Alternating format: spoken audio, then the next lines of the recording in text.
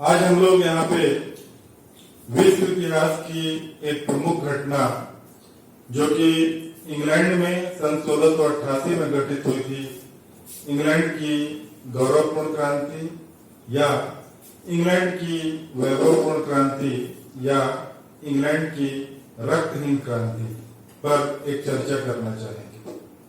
सन 1688 में जो क्रांति इंग्लैंड में हुई उसका जहां एक ओर राजनीतिक महत्व है, वहीं दूसरी ओर इसका वैधानिक महत्व भी है। इंग्लैंड में जैसा कि हम सब जानते हैं, स्टुअर्ट वंश का शासन था जो कि सन 1603 ईस्वी में स्थापित हुआ था, लेकिन ब्रिटिश संसद और स्टुअर्ट वंश के बीच दशकों से संघर्ष चला आ रहा था, जिसकी परिणति हम 1688 ईस्वी के इस क्रांति के अंतर्गत देखते हैं। जब हम क्रांति के बारे में बात करते हैं तो हमारे मनो मस्तिष्क पर खून खराबा और रक्तपात की एक छवि उभर कर सामने आती है, लेकिन इंग्लैंड की इस क्रांति में एक भी व्यक्ति का खून नहीं बहा और सत्ता का एक बड़ा परिवर्तन हमें यहाँ पर देखने को मिलता है। विद्यार्थियों, हमने जब भी क्रांति की बात की, युद्ध की बात की, तो इतिहास में सबसे पहले हमारा ध्यान इस ओर जाता है कि क्रांति के पीछे कौन कौन से कारण उत्तरदायी थे। आइए हम लोग बात करें कि सन 1688 में इंग्लैंड की गौरवपूर्ण क्रांति के पीछे कौन कौन से प्रमुख कारण उत्तरदायी थे। इंग्लैंड में सन 1685 में चार्ल्स द्वितीय का शासन था, जिनका देहांत हो गया और कहा जाता है कि चार्ल्स द्वितीय निसंतान थे, इसलिए इनके बाद इंग्लैंड के शासन की बागडोर उनके भाई जेम्स द्वितीय को सौंप दी गई।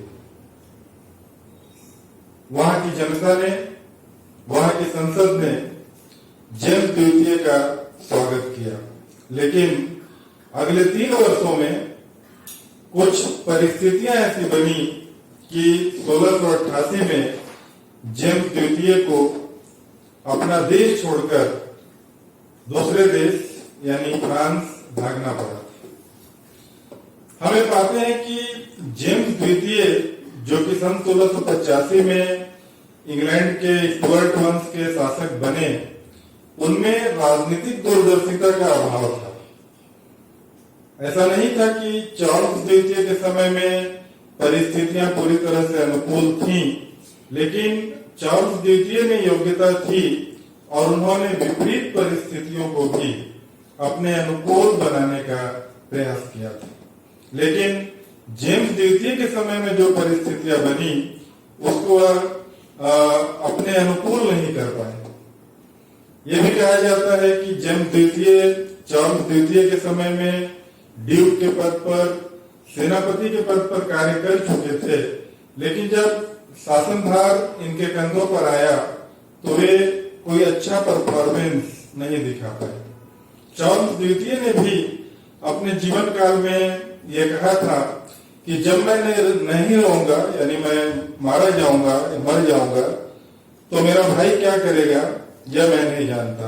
मुझे भय है कि उसे सुदूर यात्रा पर कहीं जाना न पड़े। और जो चार्ल्स द्वितीय की आशंका थी वह कालांतर में या कह लीजिए 3 साल बाद सच साबित हुई और वास्तव में 1688 में जेम्स द्वितीय को निर्वासित होना पड़ा, फ्रांस जाना पड़ा, जहां उसने अपने आगे का जीवन बिताया था। इसके अलावा हमें इंग्लैंड के इतिहास से यह भी जानकारी मिलती है कि चार्ल्स द्वितीय, जिसके बारे में कहा जाता है कि वे 1685 में निसंतान मरे, उनके एक मनमत के ड्यूक उनका एक अवैध संतान के रूप में जाना जाता था और भिक दल के लोग यह मांग कर रहे थे चार्ल्स द्वितीय से उनके जीवन काल में ही कि वे मनमत के ड्यूक को अपना उत्तराधिकारी घोषित कर दे। लेकिन चार्ल्स द्वितीय ने अपने इस अवैध पुत्र को अपना उत्तराधिकारी घोषित नहीं किया, जिसके कारण एक युद्ध हुआ था, सिजमूर का युद्ध, जिसमें मन्मथ के ड्यूक को पराजित किया गया। और इसके बारे में हमें यह भी जानकारी मिलती है कि एक खूनी न्यायालय की स्थापना की गई थी, जिसमें 300 लोगों को मारा गया था, उनके डेड बॉडी को पेड़ों पर लटकाया गया था और लगभग 800 लोगों को निर्वासित किया गया था। इस घटनाक्रम से स्टुअर्ट वंश के शासक के विरुद्ध इंग्लैंड की जनता में भयंकर आक्रोश व्याप्त हो गया था। जेम्स द्वितीय एक सम्राट के रूप में कार्य करते हुए धार्मिक नीति का अवलंबन कर रहे थे। ये खुद कैथोलिक मत को मानने वाले थे और वे चाहते थे कि इंग्लैंड की जनता का झुकाव भी कैथोलिक मत की ओर हो, जबकि इंग्लैंड की जनता का झुकाव प्रोटेस्टेंट मत की ओर हुआ करता था। हम सब जानते हैं कि ईसाई धर्म में कैथोलिक और प्रोटेस्टेंट ये दो प्रमुख संप्रदाय के रूप में जाने जाते हैं। पहले कैथोलिक का प्रभाव था, लेकिन मार्टिन लूथर के धार्मिक आंदोलन के बाद प्रोटेस्टेंट मत प्रभावशाली हुआ था। जेम्स द्वितीय ने इंग्लैंड की जनता को भी कैथोलिक बनाने का प्रयत्न किया। उसने लंदन में एक विशाल गिरजाघर का निर्माण कराया तथा इंग्लैंड की सेना में, जिसकी संख्या 6000 थी, उसे बढ़ाकर इसने 30,000 कर दिया और इसमें मैक्सिमम कैथोलिकों को उसने अपॉइंट किया था। यहाँ तक कि आयरलैंड और स्कॉटलैंड में भी उसने कैथोलिक प्रभाव बढ़ाने का प्रयास किया, जबकि इंग्लैंड की जनता प्रोटेस्टेंट मत को मानने वाली थी। उन्होंने मन ही मन सम्राट के विरुद्ध विद्रोह का मत बना लिया था। इसके अलावा इंग्लैंड में जो धारणा प्रचलित थी, राजा के दैवीय उत्पत्ति का सिद्धांत, और इसी के मद्देनजर राजा अपने आप को न्यायपालिका से भी ऊपर मानता था। एक अवसर पर इसी सिद्धांत के अंतर्गत जेम्स द्वितीय ने कैदियों को, बंदियों को बड़े पैमाने पर मुक्त कर दिया। इससे भी जन आक्रोश फैला कि जो अपराधी हैं, बंदी हैं, उन्हें राजा के द्वारा मुक्त कर दिया गया है, जिससे आने वाले समय में कानून और व्यवस्था की स्थिति पर प्रश्न चिन्ह लग सकता है। इससे भी जनता में आक्रोश व्याप्त था। इसके अलावा टेक्स एक्ट की खुली अवहेलना की गई थी। टेक्स एंड कारपोरेशन एक्ट के बारे में कहा गया था कि सरकारी सेवा में केवल एंग्लिकन चर्च या कैथोलिक चर्च से जुड़े हुए लोग ही कार्य कर सकते हैं। इसके अलावा जो व्यक्ति एक शपथ पत्र देकर कि वह एंग्लिकन चर्च को मानेगा, कैथोलिक चर्च को मानेगा, उसे भी शासकीय सेवा प्रदान की जा सकती है। लेकिन इस एक्ट को बदलते हुए जेम्स द्वितीय ने कैथोलिकीकरण करना शुरू किया और यहाँ तक कि शिक्षा के क्षेत्र, विश्वविद्यालय को भी उसने इससे अछूता नहीं छोड़ा। कैम्ब्रिज विश्वविद्यालय के कुलपति ने जब एक कैथोलिक को उपाधि देने से मना किया तो उसे भी पद से हटाने का कार्य किया गया था। और जो इंग्लैंड के लोगों की जन भावना थी, उसके विपरीत कार्य जेम्स द्वितीय के द्वारा किया गया था। जो विदेश नीति इंग्लैंड में उस समय फॉलो की गई, वह भी जन भावनाओं के विपरीत थी। फ्रांस के सम्राट लुई 14वें भी कैथोलिक मत को मानने वाले थे। इंग्लैंड के सम्राट जेम्स द्वितीय भी कैथोलिक मत को मानने वाले थे। इसलिए इंग्लैंड और फ्रांस के बीच इस समय मैत्री संबंध थे और जेम्स द्वितीय का यह सोचना था कि वह फ्रांस से सैनिक और आर्थिक मदद को प्राप्त करेगा। लेकिन इंग्लैंड की जन भावना इसके विपरीत थी, क्योंकि फ्रांस इंग्लैंड का परंपरागत प्रतिद्वंद्वी रहा। इस वजह से जनता ने जेम्स द्वितीय की इस विदेश नीति का भी विरोध किया। इसके अतिरिक्त हम ऐसा देखते हैं कि उसने धार्मिक सुविधाओं की कुछ घोषणा भी की थी। सन 1687 में उसने समस्त राजकीय प्रतिबंध को समाप्त किया था। 1688 में इसके सेकेंड इंस्टॉलमेंट की उसने घोषणा की और कहा गया कि रविवार को जो पादरी है वह इस घोषणा को पढ़ेगा। अब पादरियों के सामने एक प्रश्न चिन्ह उत्पन्न हो गया कि वे दूसरे मत को मानते हैं लेकिन कैथोलिक मत से जुड़े हुए आदेश को वे कैसे पढ़ें। और ऐसे में उनके सामने दो विकल्प थे कि या तो वे कैथोलिक मत को माने या राजा के आदेश की अवहेलना करें। आर्क बिशप सेंट क्रॉफ्ट के नेतृत्व में 7 पादरियों ने जब इसका विरोध किया तो उन पर कार्रवाई की गई, लेकिन जब वे अदालत में गए तो उनको निर्दोष साबित किया गया।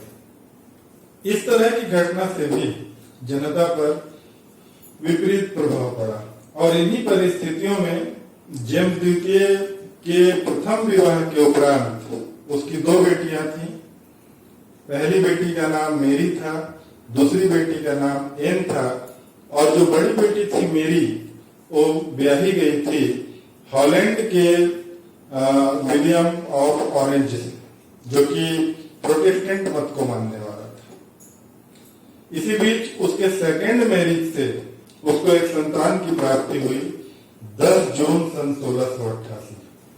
जब उसे एक पुत्र की प्राप्ति हुई तो इंग्लैंड की जनता में इस बात को लेकर आक्रोश फैला कि उसका पुत्र भी कैथोलिक मत को मानने वाला होगा और अपने आदेशों को वह उसी की तरह इंग्लैंड की जनता पर थोपेगा, जिसके कारण इंग्लैंड की जनता आक्रोशित हुई और उसने हॉलैंड के विलियम ऑफ ऑरेंज को इंग्लैंड आमंत्रित किया।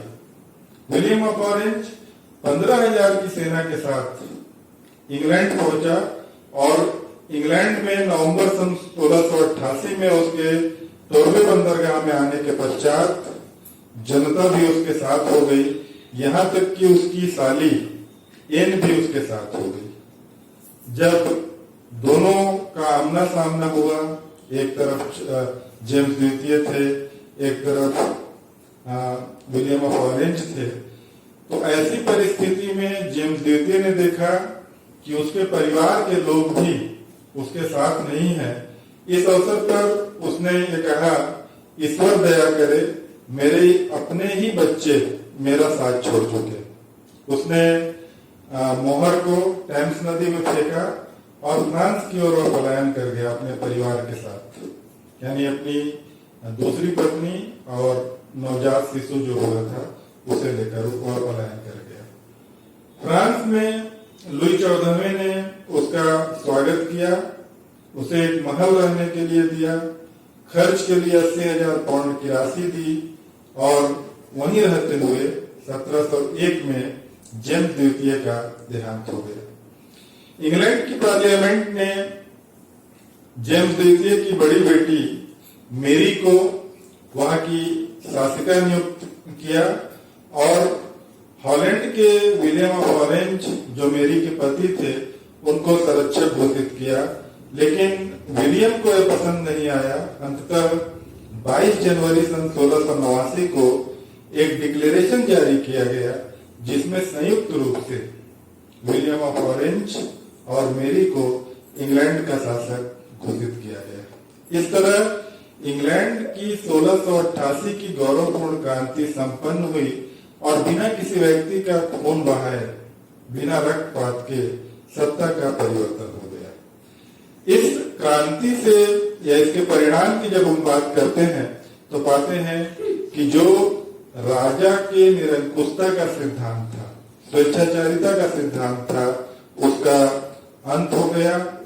संसद की सर्वोच्चता को मान्यता मिल गई और इसका कालांतर में अंतर्राष्ट्रीय राजनीति पर भी बहुत व्यापक प्रभाव पड़ा। राजा संविधान के अंतर्गत आ गया और कार्यपालिका और न्यायपालिका की व्यवस्था को पृथक किया गया। इस प्रकार इंग्लैंड की गौरवपूर्ण क्रांति संपन्न हुई। Thank you very much.